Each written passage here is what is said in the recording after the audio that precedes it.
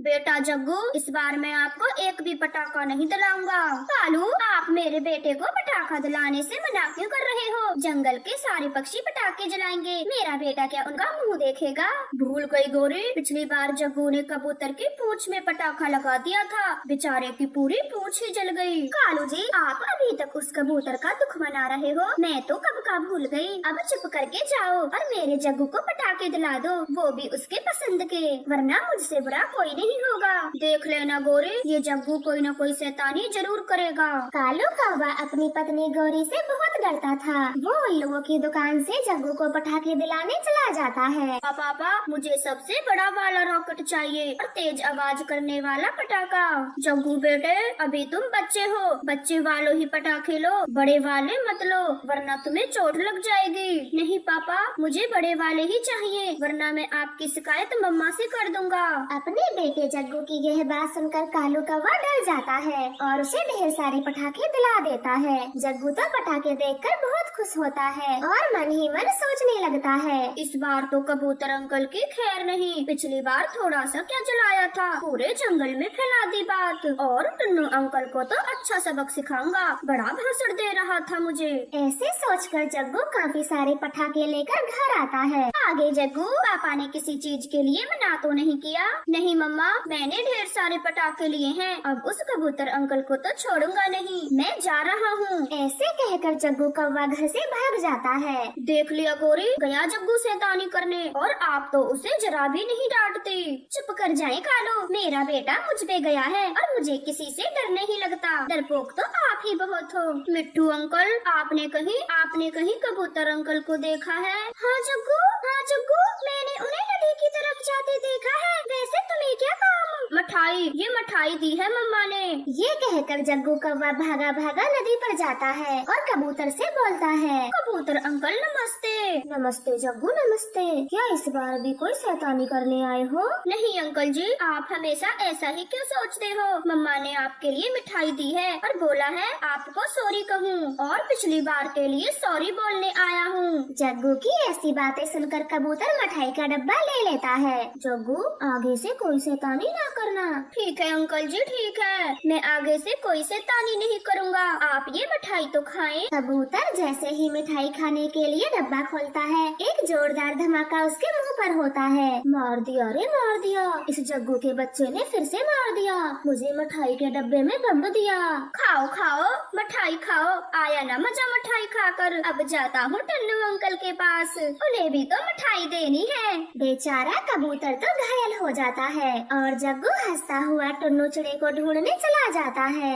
दूर रहो जग्गू, दूर रहो, आप कोई न कोई शैतानी जरूर करते हो, हटो दूर, मेरे पास मत आओ। टुन्नू अंकल, आप ऐसा क्यों बोल रहे हो? आपने जो पिछली बार मुझे सिखाया था, मुझे सब याद है, इसीलिए मैंने तो पटाखे खरीदे ही नहीं, मैं तो मिठाई लाया हूँ। बहुत अच्छे जग्गू बेटे, बहुत अच्छे, सुनकर मुझे बहुत खुशी मिली कि आप मेरी बातों पर अमल कर रहे हो। अब मैं चलता हूँ, मुझे कुक्कू के लिए मिठाई लानी है। अंकल जी, आपको मिठाई लाने की कोई जरूरत नहीं, मैं भी तो मिठाई लाया हूँ, आप ये ले जाएं। जग्गू की ऐसी बातें सुनकर टुन्नू चिड़ा मिठाई ले लेता है और जल्दी से अपने घर जाता है। टुन्नू जी, आप इतनी जल्दी मिठाई कहाँ से लेकर आ गए? हमारे जंगल में ही मिठाइयों की दुकान खुली है क्या? नहीं रानो जी, ये मिठाई तो मुझे जग्गू ने दी है। जग्गू को मेरी सिखाई हुई बातें अभी तक याद है और उसने मुझे सॉरी बोला। टुन्नू जी, मुझे नहीं लगता उस गौरी का बेटा जग्गू कभी सुधर जाएगा, वो आए दिन कोई न कोई शैतानी करता रहता है। मम्मा,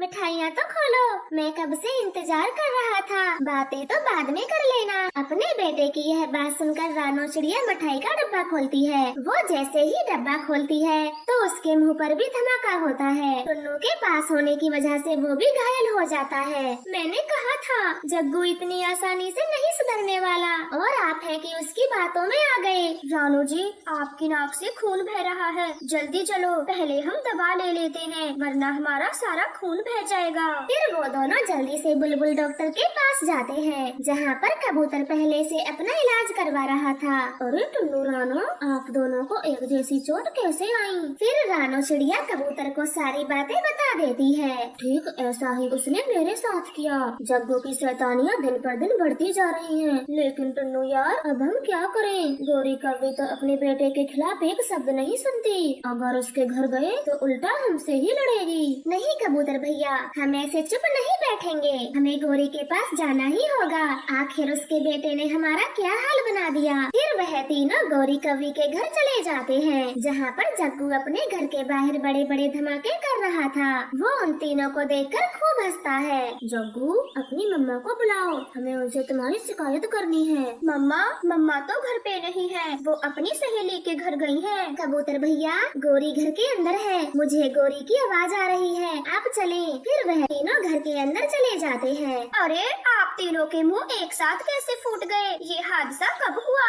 गोरी, ये शैतानी तुम्हारे जग्गू ने की है, तुम उसे बिल्कुल नहीं डांटती हो। अब बच्चे शैतानी नहीं करेंगे तो क्या हम बड़े पक्षी शैतानी करेंगे? गोरी, ये कोई छोटी शैतानी नहीं थी, इससे हमारी जान भी जा सकती थी। और देखें गौर से, हम तीनों कितनी बुरी तरह से घायल हैं। मरा तो कोई भी नहीं है, तीनों के तीनों जिंदा हो। अब भागो यहाँ से, दिए जलाने का समय हो रहा है। आप तीनों को शर्म नहीं आई जो एक छोटे से बच्चे की शिकायत लेकर घर आ गए, दिवाली जैसे बड़े त्योहार पर। गौरी कवि की इतनी कड़वी बातें सुनकर वो तीनों वहाँ से चले जाते हैं। गौरी दिए जलाने के लिए जग्गू को आवाज लगाती है। जग्गू बेटे, ओ जग्गू बेटे, अपने पापा के साथ दिए जलवा दे, सारी रात पटाखे ही फोड़ता रहेगा। मम्मा, मुझे बड़ा मजा आया उन तीनों का एक सा मुँह देखकर। हाँ जग्गू बेटे, तूने तो मुझे खुश कर दिया, तीनों के मुँह देखकर हंसने लायक थे, जोकर लग रहे थे, जोकर। फिर वह तीनों खुशी खुशी दिए जलाना शुरू करते हैं। जग्गू पटाखों की थैली दियों के पास रखकर भूल जाता है।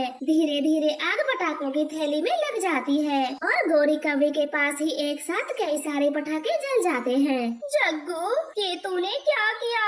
अपनी मम्मा को ही मार दिया। गोरी, आपकी ये हालत देखकर तो सुकून मिल गया दिल को, बड़ा मजा आया। कालू, मुझे कितनी चोट आई है और आप मुझ पर हंस रहे हो। और चढ़ाओ जग्गू को सिर पर। अब पता चला उन तीनों को भी कितनी चोट लगी होगी जब तुम्हारे जग्गू ने उनके मुंह पर बम फोड़ा। इस तरह से गौरी कवि को सबक मिलता है कि बच्चों को हमेशा अच्छी बातें सिखानी चाहिए, न कि शैतानी करते समय उनका साथ देना चाहिए। प्यारे दोस्तों, आपको हमारी तरफ से दीपावली की ढेर सारी शुभकामनाएं। हैप्पी दिवाली। कालू कव्वे की शादी गौरी कवि से हो चुकी थी। शादीशुदा होने के बावजूद भी कालू कौवा चुपचाप सुंदरी कव्वी से मिलने जाता। रोज की तरह आज भी सुंदरी कव्वी कालू कव्वे का इंतजार कर रही थी। मुझे बुलाकर खुद गायब हो जाता है ये कालू, आज तो आने दो, शादी की बात क्लियर करके रहूंगी। ओ मेरी सुंदरी, मैं आ गया और ये देखो आपके लिए सोने के झुमके लाया हूँ, तभी तो लेट हो गया। सुंदरी कव्वी झुमके देखकर पुरानी बातें भूल जाती है और कालू कव्वे से कहती है, सोने के झुमके ये तो बहुत सुंदर हैं, क्या आप मेरे लिए लाए हो? अपने पंखों से पहना दो और भी ज्यादा सुंदर लगेंगे। हाँ, अभी पहना देता हूँ। फिर कालू कौवा सुंदरी को झुमके पहना देता है। सुंदरी, एकदम अप्सरा दिख रही हो इन झुमकों में, मेरी नजर न लग जाए तुम्हें, घर जाकर नजर उतार लेना। आप भी ना कालू जी, अब जल्दी से किसी दिन मुझसे शादी कर लें और अपना मंगलसूत्र बांध दे मेरे गले में। अरे तुम्हें शादी की बड़ी जल्दी है, आराम से कर लेंगे, मैं कहीं भागा थोड़े न जा रहा हूँ और न ही तुम कहीं जाने वाली। फिर वह दोनों आपस में बातें करने लग जाते हैं। दूर बैठी रानो चिड़िया सब देख रही थी। है तो ये हमारे जंगल का कालू कौवा, पर इस कव्वी के साथ क्या कर रहा है, मुझे तो कुछ ठीक नहीं लगता। गौरी बहन को सब बताना पड़ेगा, वरना उनका बसा बसाया घर बिगड़ जाएगा। ऐसे सोचकर रानो चिड़िया गौरी कव्वी के घर जाती है। गौरी बहन, कालू भैया इस वक्त कहाँ गए हैं, आपको कुछ मालूम भी है? क्या मतलब है चिड़िया आपका? मेरा कालू मुझे नहीं बता के जाएगा तो क्या पड़ोसियों को बता के जाएगा? गौरी, अगर तुम बुरा न मानो तो तुमसे एक बात कहनी थी। कालू भैया दूसरे जंगल की कव्वी के साथ गुलछड़े उड़ा रहे हैं। चुप कर जाओ रानो, तुम्हें शर्म नहीं आती जो मेरे भोले भाले पति पर उंगली उठाती हो? अच्छा तो गौरी ये बताएं, इस समय कालू भैया कहाँ गए हैं, क्या वो आपको बता कर गए हैं? हाँ, कालू के साथ काम करने वाले पक्षी का एक्सीडेंट हो गया है और वो उसी के इलाज के लिए घर से पैसे भी लेकर गए हैं। वो आपसे झूठ बोल कर गए हैं, उनके दोस्त का कोई एक्सीडेंट नहीं हुआ। नानो चिड़िया, तुम मेरी हमेशा मदद करती हो और हमारी अच्छी पड़ोसी भी, इसीलिए कुछ नहीं कह रही, वरना कोई और होता तो कब का मुंह तोड़ देना था मैंने उसका। अब चली जाओ यहाँ से। ऐसे डांटते हुए गौरी कव्वी रानो को घर से भगा देती है। चाहे गौरी कैसी भी हो, मगर कालू पर आंख बंद करके विश्वास करती है। अगर किसी दिन कालू ने उस कव्वी से शादी कर ली तो गौरी बहन का क्या होगा? वो रास्ते पर आ जाएंगी, कैसे भी करके मुझे रोकना होगा। अरे रानो बहन, कहाँ खोई हुई हो? मैं यहाँ से दूसरी बार जा रही हूँ, पर तुमने मुझे देखा ही नहीं। माफ करना तोती बहन, मैं जरा गहरी सोच में थी। फिर रानो सारी बातें हरी तोती को बता देती है। सच ही कहा तुमने, गौरी कालू से बहुत प्यार करती है। वो ऐसे ही हमारी बातों पर विश्वास नहीं करेगी। चाहे कुछ भी हो जाए, कालू की सच्चाई गौरी के सामने लानी ही होगी, वरना किसी तीसरे के आने से उनका घर बिगड़ जाएगा। ऐसे बातें कर वे दोनों योजना बनाती है। शाम को कालू कौवा घर आता है। उसने अपने बाजू पर एक निशान बना रखा था। पति जी, आपके बाजू पे ये क्या लगा है? गौरी, मेरे दोस्त को खून की जरूरत थी। वो तो अच्छा हुआ जो मैं सही समय पर पहुंच गया और अपना खून देकर उसकी जान बचा ली। अब तुम आराम करें, मैं कुछ पौष्टिक खाना बना के लाती हूँ। गौरी कव्वी रसोई घर में चली जाती है और कालू के लिए जूस बनाते हुए सोचती है, जरूर रानो ने किसी और कव्वे को देख लिया होगा। मेरा कालू तो कितना भोला भाला है, पूरा दिन अस्पताल में रहा है। फिर सुबह हो जाती है। रानो चिड़िया हरियाली को साथ लेकर उसी जगह पर चली जाती है जहाँ सुंदरी कव्वी कालू कव्वे का इंतजार कर रही थी। ये देखें तोती बहन, यही है वो कव्वी जिससे कालू भैया छिप छिप कर मिलता है। जरा चलो तो रानो, इससे बातें करते हैं। नहीं तोती, जैसे ही कालू यहाँ आएगा तो हम गौरी को बुला कर लाएंगे, तभी तो गौरी को कालू का सच पता चलेगा। ऐसे बातें कर वे दोनों पत्तों में छुप जाती है और कालू के आने का इंतजार करती है। इधर सुंदरी कव्वी भी कालू का बेसब्री से इंतजार कर रही थी और थोड़ी देर बाद कालू कौवा आ जाता है। कालू जी, अब हमको ऐसे छुप छुप के मिलने की कोई जरूरत नहीं, हम आज ही शादी कर लेंगे। चलो ठीक है, आज ये ख्वाहिश भी पूरी कर देता हूँ, मगर किसी को बताना मत कि मैंने तुमसे शादी की है। रानो, ये तो शादी करने वाले हैं, जल्दी जाओ और गौरी बहन को बुला के लाओ, मैं तब तक इन्हें रोकती हूँ। फिर रानो चिड़िया तेजी से उड़ती है और कालू कौवे के घर चली जाती है। गौरी बहन, जल्दी मेरे साथ चलो, वरना सब खत्म हो जाएगा। चिड़िया, क्या खत्म हो जाएगा? और मैं कहाँ चलूँ? कहीं कुछ बट रहा है? गौरी, कुछ नहीं बट रहा। तुम्हारा पति कालू दूसरी शादी करने जा रहा है। हरियाली उन्हें ज्यादा देर तक नहीं रोक सकती। अब चलो मेरे साथ। ओए अधेड़ उम्र के कालू, तुझे दूसरी शादी करने में शर्म नहीं आती, जो सेहरा पहनकर शौक से बैठा है। गौरी को देखकर कालू तो बहुत डर गया था, लेकिन सुंदरी कव्वी तो हैरान थी, क्योंकि उसे भी नहीं पता था कि कालू पहले से शादीशुदा है। कालू जी, कौन है ये कव्वी जो आपको शादी करने से रोक रही है? और आप कुछ बोलते क्यों नहीं? चुप क्यों हो? क्यों कालू, बताया नहीं अपनी प्रेमिका को? मैं तुम्हारी पत्नी गौरी हूँ और तुम शादीशुदा हो। क्या कहा? कालू शादीशुदा है, इसका मतलब मुझे धोखा दिया। ये लो अपने झुमके, मैं जा रही हूँ। सुंदरी कव्वी कालू के झुमके वापस कर चली जाती है। कालू कौवा तो बहुत शर्मिंदा था। गौरी, माफ कर दो मुझे, आज के बाद मैं दूसरी शादी कभी नहीं करूँगा। प्लीज गौरी, मुझे माफ कर दो। कालू, यहाँ तुमसे क्या ही कहूँ मैं, तुम्हें तो मैं घर चल कर देखूंगी। चिड़िया बहन, मुझे माफ कर दे, मैंने आपको बहुत सुनाया और इस बेवफा कालू पर विश्वास किया। कोई बात नहीं गौरी, आपका घर बिगड़ने से बच गया, यही तो मैं चाहती थी। फिर खुशी खुशी वो सब पक्षी अपने जंगल लौट जाते हैं। तो इस तरह से कालू की दूसरी शादी होने से रुक जाती है। यह कहानी टूनी चिड़िया की है। टूनी अपने छोटे छोटे बच्चों के साथ एक किराए के घर में रहती थी और मेहनत मजदूरी करके अपने बच्चों का पालन पोषण कर रही थी। गौरी बहन, आपके बड़े एहसान हैं मुझ गरीब पर। अगर आप ना होती तो ना जाने मेरे बच्चों का क्या होता। अरे टूनी, मैंने तुझे अपनी छोटी बहन की तरह समझा है और तेरे बच्चों की देखभाल करना तो मुझे बहुत अच्छा लगता है। फिर भी गौरी बहन, जैसे आप मेरे बच्चों का ख्याल रखती हो, शायद ही कोई मकान मालिक रख पाता।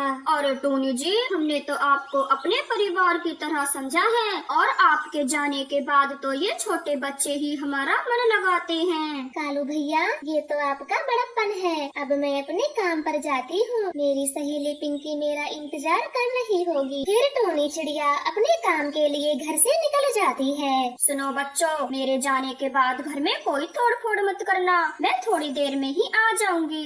ये कहकर गोरी भी वहाँ से चली जाती है। कालू तो गोरी के जाते ही अपने घोंसले में जाकर सो जाता है। काफी देर हो जाती है और चिड़िया के एक बच्चे को बहुत भूख लगती है। कुकू, मुझे बहुत भूख लगी है, मुझे कुछ खाने को दो।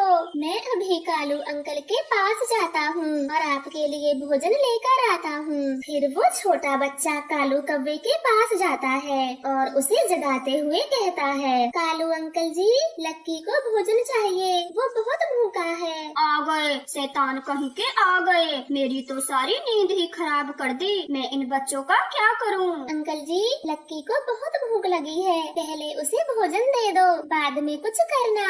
भोजन मांगने तो ऐसे आ जाते हैं जैसे इनकी माँ यहाँ कमा कर रख गई हो। चल अब भाग यहाँ से, तुझे कुछ नहीं मिलेगा। कालू कौवा ऐसे डांटते हुए उस बच्चे को वहाँ से भगा देता है और आराम से अपने घोंसले में सो जाता है। कुकू, भोजन कहाँ है? लक्की, कालू अंकल ने भोजन नहीं दिया और मुझे डांटते हुए भगा दिया। कोई बात नहीं भैया, जब गौरी आंटी आएंगी तो हम उनसे भोजन मांग लेंगे। गौरी बेटी, क्या वो चिड़िया अभी तक आपके घर में रहती है? हाँ मम्मा, वो छोटी चिड़िया अभी भी मेरे घर में ही रहती है। गौरी, उसे भगा क्यों नहीं देती? उसे काफी दिन हो गए हैं तेरे घर में रहते रहते, कहीं कब्जा ना कर ले। ना मम्मा, ऐसी गलती मैं कभी नहीं करूँगी। फ्री में थोड़े न रहती है, पूरे 1500 देती है 1 महीने का किराया, और वैसे भी फ्री में सारे घर का काम कर देती है। और क्या चाहिए मुझे? गौरी बेटा, तुम्हें तो बच्चे बिल्कुल भी पसंद नहीं थे, फिर उन बच्चों को कैसे संभाल लेती हो?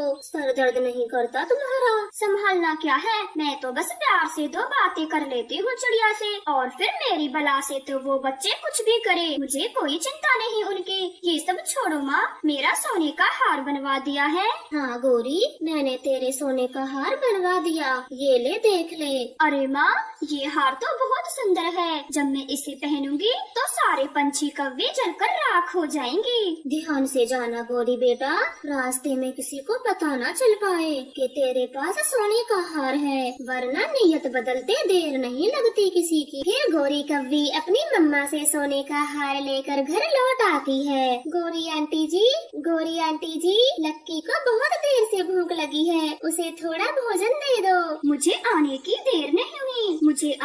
देर नहीं हुई और तू मुझे काम बता रहा है। चल अब चुप होकर बैठ जा, जो भी कहना है बाद में कहना। ये कहकर गौरी कौवी आईने के सामने खड़ी हो जाती है और अपने आप से बातें करती है। हाय, मुझे अपनी नजर ना लग जाए, ये हार कितना जच रहा है। गौरी, ये सोने का हार कहाँ से आया है? इसका मतलब क्या है? मेरी माँ ने दिया है मुझे बनवा कर, आपने तो कभी एक चैन तक नहीं दी। मुझे सब पता है गौरी की बच्ची, ये हार सासू माँ ने तो आपको नहीं दिलाया, बल्कि मेरे पैसे चोरी कर करके तुमने ये हार खरीदा है। कालू कौवा ऐसे सोच रहा था कि तभी चिड़िया के सारे बच्चे वहाँ पर आ जाते हैं और उनसे भोजन मांगते हैं। कालू, इन बच्चों को एक रोटी दे दो, वरना ये मेरा सर खा जाएंगे। फिर कालू कौवा चिड़िया के बच्चों को एक रोटी दे देता है और सारे बच्चे रोटी खाने लगते हैं। गोरे, मुझसे झूठ बोल रही हो, मैं भी कालू हूँ। अगर ये हार बेचकर अपने पैसे नहीं लिए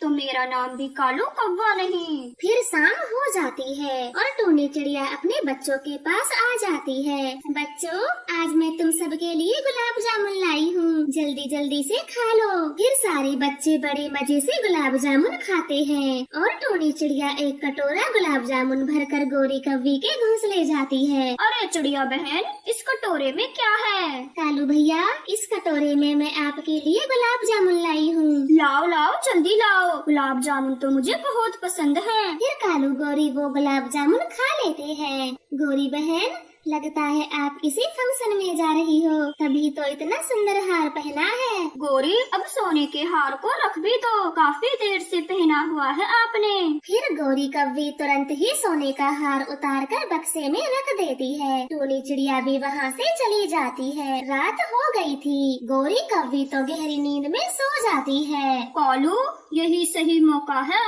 हार चुराने का। फिर कालू कौवा चुपके से गौरी का बक्सा खोलता है और सोने का हार लेकर अपने घोंसले में छिपा लेता है। कल सुबह जाकर सबसे पहले इस हार को ही बेचूंगा, फिर कुछ और काम करूंगा। ऐसे सोचकर कालू कौवा सो जाता है और सुबह हो जाती है। अरे आज तो बारिश हो रही है, ऐसे में मैं घर से बाहर नहीं जा सकता।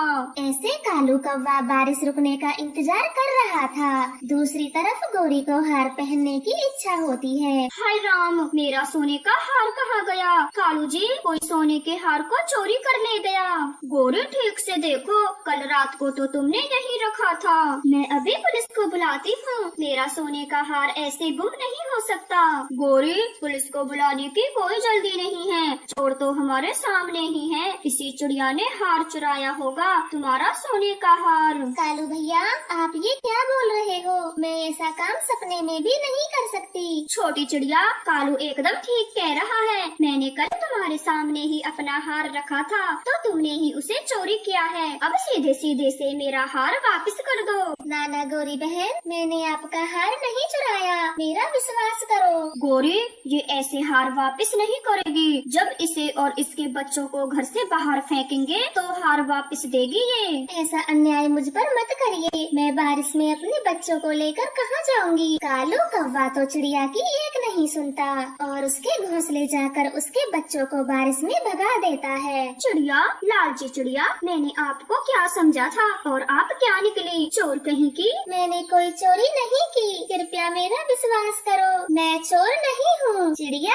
ऐसे कहकर रोती रहती है, लेकिन कालू कौवा तो उसकी एक नहीं सुनता और घर का दरवाजा बंद कर देता है। गोरी, मरने दो बारिश में बाहर इन सबको, जब अकल ठिकाने आएगी तो आपका हार वापस करेगी। मम्मा, हमें बहुत ठंड लग रही है, अब हम कहाँ जाएंगे? मेरे बच्चों, मैं जल्दी ही इस बारिश से बचने का उपाय ढूंढ लूंगी। फिर टोनी चिड़िया अपने सारे बच्चों को लेकर जगह की तलाश में चल देती है। हे भगवान, अब मैं क्या करूँ? ये बारिश तो बढ़ती जा रही है, अपने बच्चों को कैसे बचाऊँ? मम्मा मम्मा, आप हमारे लिए एक मिट्टी का घर बना दो। हाँ मेरे बच्चे, आप एकदम सही कहते हो। फिर टोनी चिड़िया नदी किनारे चली जाती है और छोटा सा मिट्टी का घर बना लेती है, जिसे देखकर बच्चे बहुत खुश होते हैं और जल्दी से घर के अंदर जाकर छिप जाते हैं। कालू, आपके घोंसले से ये क्या चमक रहा है? नहीं गोरी, कुछ भी तो नहीं है। कालू कौवे के मना करते हुए भी गोरी उसका घोंसला उठा लेती है